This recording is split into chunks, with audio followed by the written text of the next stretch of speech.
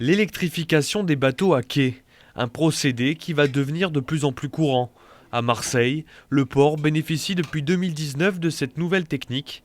3 postes à quai sont électrifiés, 3 ferries de la Méridionale et 3 navires de Corsica Linea sont équipés et peuvent se connecter à ces quais. C'est une connexion en haute tension, c'est ça qui est original et qui est difficile à faire. Pour un navire en escale commerciale, c'est-à-dire qu'il n'y a pas d'interruption de l'alimentation électrique dans le navire, il n'y a pas de coupure ni de blackout. Et donc ce que l'on réalise depuis 2017, c'est cette connexion en haute tension, sans coupure, dans un temps très court, puisque ça dure un quart d'heure à 20 minutes.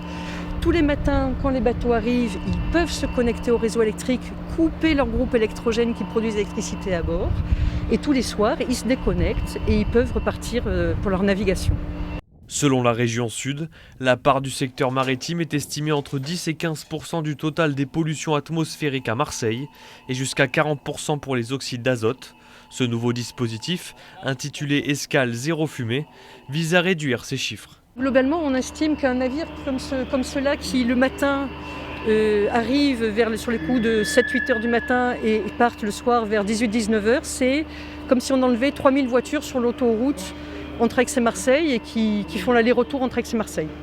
Des branchements à quai financés par la région Sud dans le cadre du plan climat régional Une COP d'avance, une enveloppe globale qui est évaluée à 30 millions d'euros.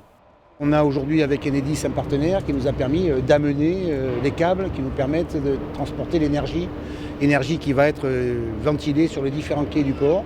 Et aujourd'hui, cette année, on a directement la Méridionale et Corsica Linea, c'est-à-dire 1100 escales vers la Corse qui seront aujourd'hui électrifiées en quelque sorte.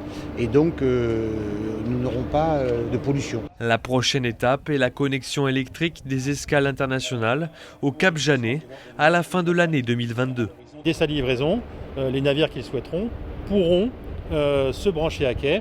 Il faut savoir que c'est une étape supplémentaire qui est franchie. Ces navires consomment à peu près une puissance 2 fois supérieure à celle qu'on a sur la Corse, avec 5 MW pour les plus gros navires.